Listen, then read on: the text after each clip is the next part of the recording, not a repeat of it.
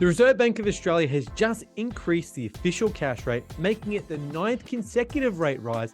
And you're probably asking yourself the question, when's this all going to stop?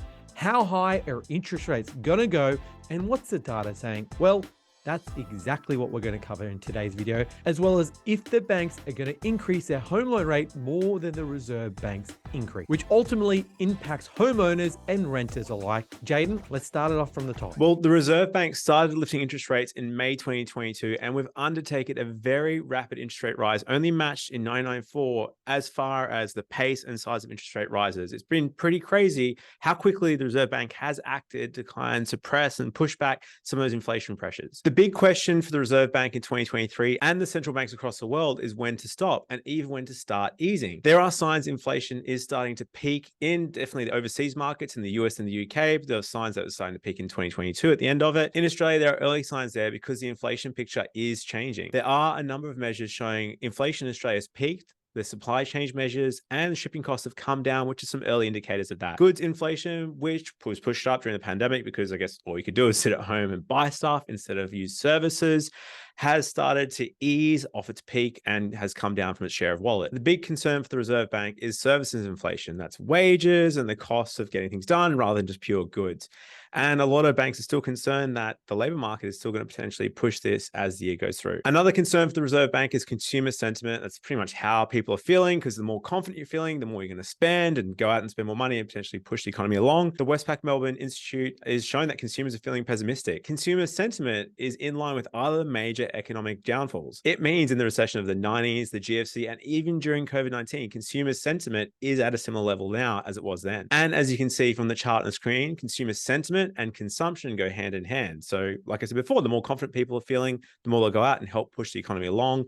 And the more things slow down. The one concern for the Reserve Bank right now is we're seeing sentiment fall, but not a fall in consumption, because people sort of went out at Christmas and were still feeling worried about the economy in general, but I guess hadn't had a Christmas off, hadn't spent money, and we're still spending money. And so it hasn't slowed, and the rate rises hasn't had as big an impact as they're expecting as yet. Another thing that's really mitigated the impact of rate rises so far is the tightness in the labor or the work markets. Unemployment fell to 3.4% in 2022, and it's sitting about 3.5% right now. Several banks are predicting unemployment is going to start to increase in the 2023 year, and the Commonwealth Bank is predicting that unemployment will hit 4.25% by the end of 2023. The main reason they've made this prediction is they've seen a bit of a pullback in the jobs advertising, and they've seen more overseas migrants come over. So the forecast moving forward is split. Some of the major banks are predicting the Reserve Bank still has a lot of work to do, but potentially the fixed rate roll off this year is going to help with that. We're up to $500 billion in loans has been forecast to go from their 2% fixed rates that they had during the height of COVID to the current variable rate market now at 5.5%. There's also the chance that banks, like Nathan said earlier, will start adding extra on top of the Reserve Bank's cash increases. So the Reserve Bank does 0.25% or 0.5%, for example, and the banks might add an extra 0.25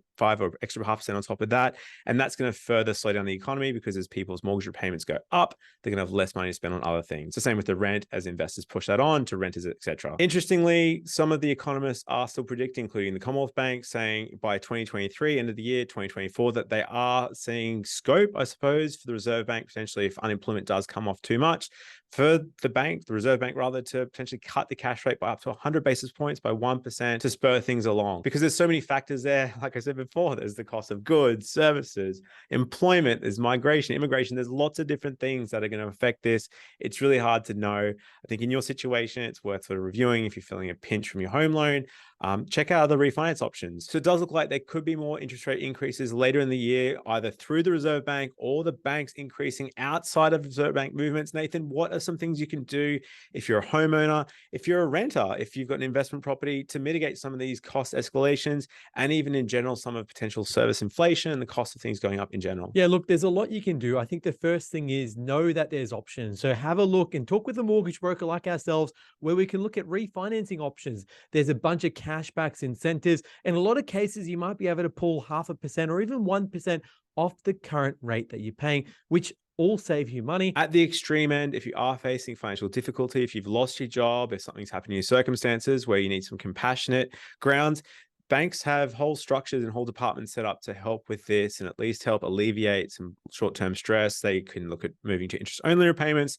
They can look at extending your loan terms. They have all sorts of different circumstances. So I think definitely if you are feeling in a really bad spot, hit up your bank, have a chat to them, and see if there's anything they can do to help kind of get you through the next period and keep that home and that roof over your head. I guess to summarize, like the Reserve Bank has been saying all along, there's no preset path. And I guess how high interest rates go is really up to what happens to inflation and consumer spend. So really from here, it's anyone's guess. A lot of the bigger banks think there's another 2 to 3 rate rises to go, but ultimately, it comes down to how quickly inflation gets back in with the Reserve Bank's target of 3 to 2%.